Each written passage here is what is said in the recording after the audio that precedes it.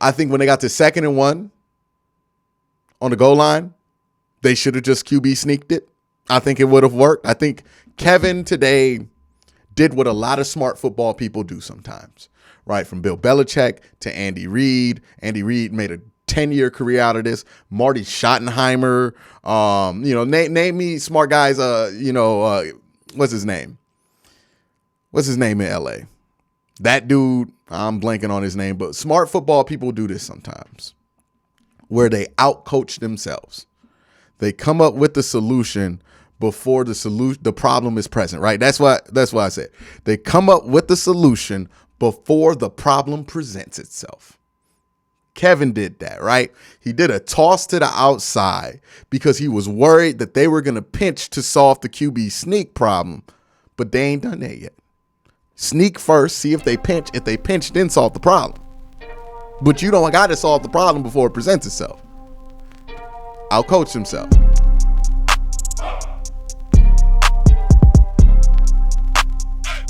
All right, y'all. This was a game to talk about. The Browns unfortunately lose this game versus the Atlanta Falcons. A lot of people are pointing a lot of different fingers in a lot of different directions. Here's what I think went wrong in that game from my perspective. Now, I was able to see like an all-22 view of it from where I was sitting in the stadium. But here's my thoughts.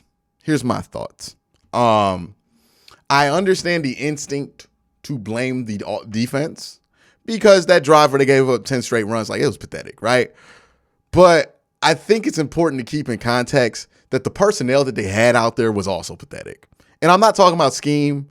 I'm talking about literal the players that they had out there just weren't good enough.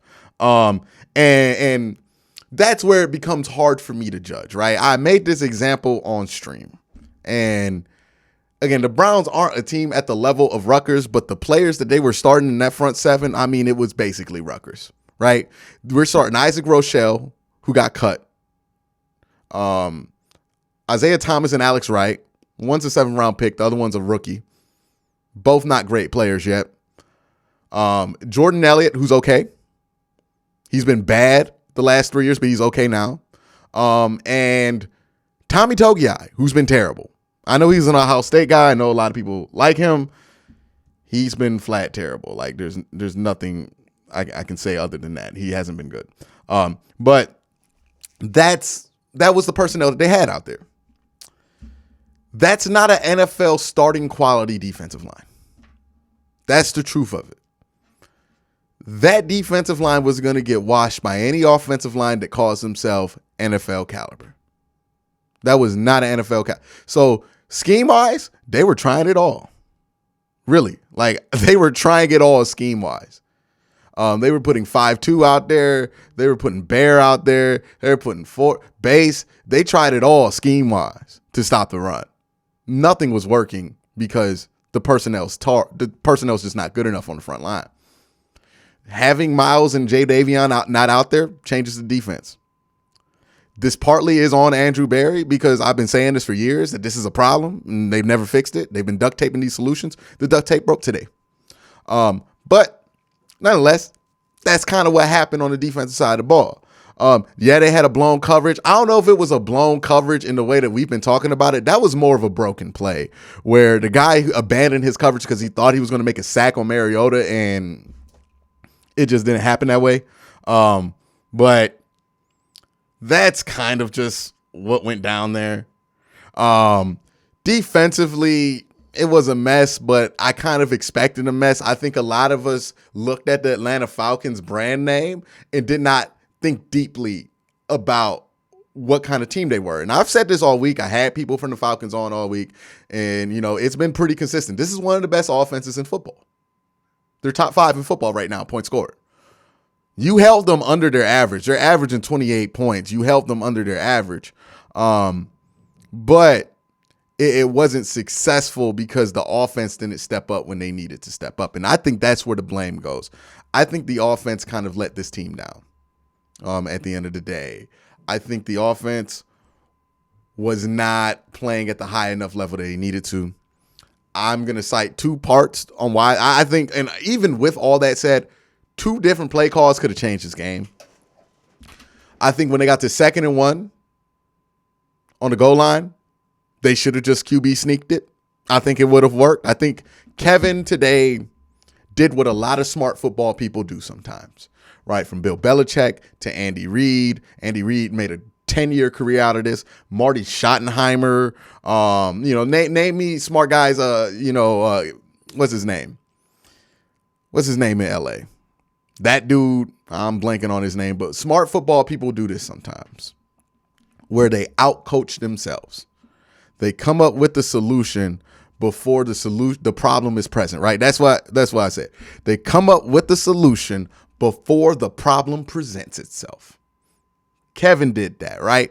He did a toss to the outside because he was worried that they were going to pinch to solve the QB sneak problem, but they ain't done that yet. Sneak first, see if they pinch. If they pinch, then solve the problem. But you don't got to solve the problem before it presents itself. Outcoached himself. Same thing happened on the other drive, right before half, where they got 3 points out of it. That's 11 points right there. The Browns lost this game by 3 points. The Browns would have won this game by 2 scores if they just made better decisions on the goal line. It's frustrating. It's not a new problem, but it's not a consistent problem. But it's a problem. So better decision making on the goal line would have won this game. All my criticisms about the coaching, all my criticisms about the players, and all of that said, you were literally 2 play calls away from winning this game. And that's not to say that they should feel good about that. That's to say that that's how thin the margins are in the NFL. You can't afford to outthink yourself. But offensively, I think that went wrong. Jacoby has some throws he wants back. He also made some incredible throws. In the first half of this game, Jacoby was playing so well that I understand why the pass attempts were so high. In the second half, I think the Falcons did a good job adjusting to what the Browns were doing. They stopped the run a little bit better. People are going to complain about the Browns running the ball, but they ran it 35 times. It's a pretty good amount given how many times they were on the field. I don't think the rushing attempts were the problem. I think it's where they pick and chose their spots were the issue. I think the attempts were fine.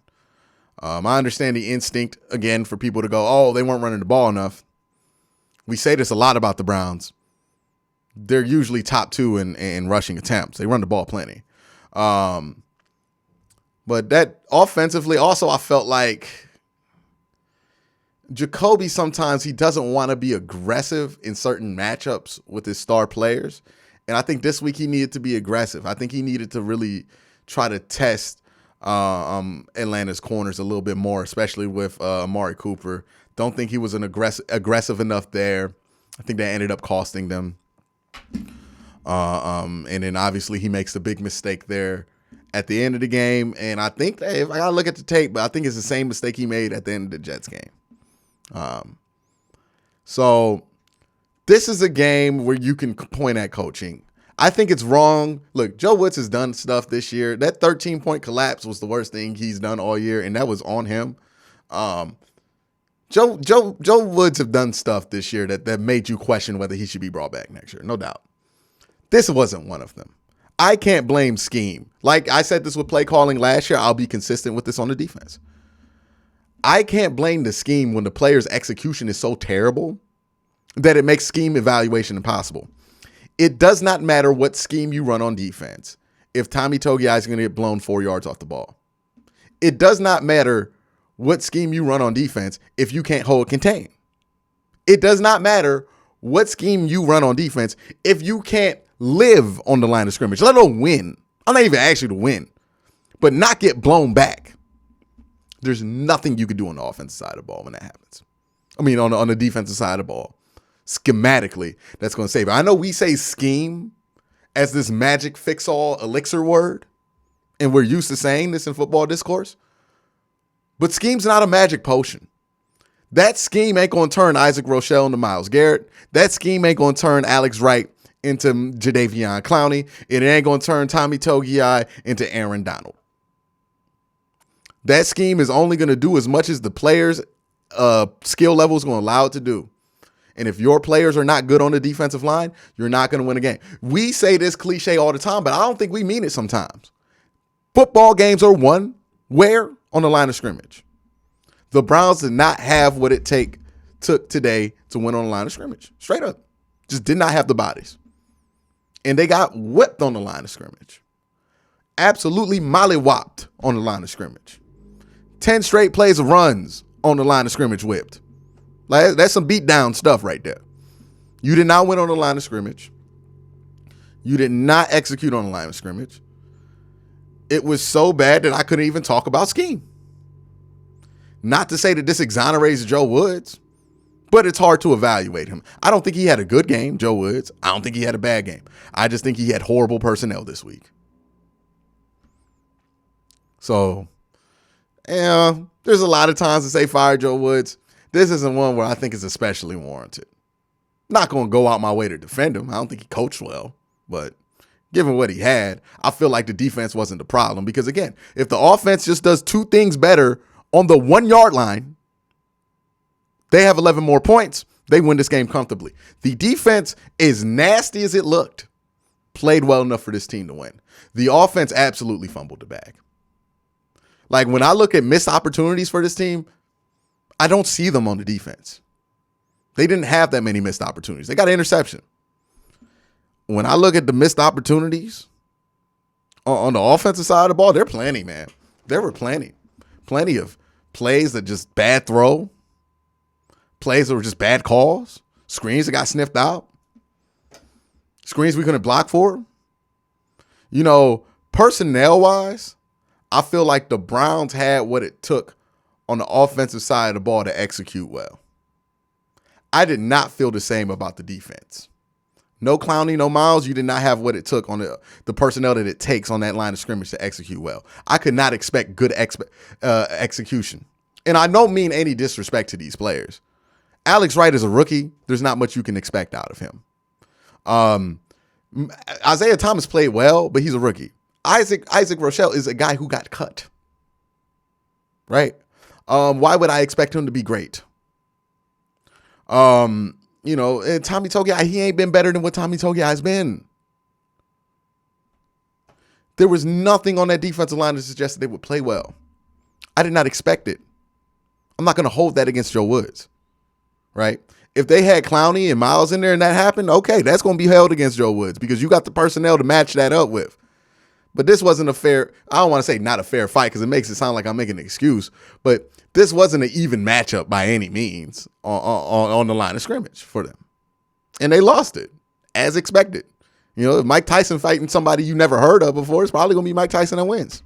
If the Ohio State is playing Rutgers, of course Ohio State's going to win on the line of scrimmage. They playing Rutgers. And that defensive line was ruckus. But offensively, they weren't Rutgers. They were a juggernaut. And they just did not play well. Coaching let them down. Field execution let them down. Nick Chubb played well, had 127 yards. Kareem Hunt was okay.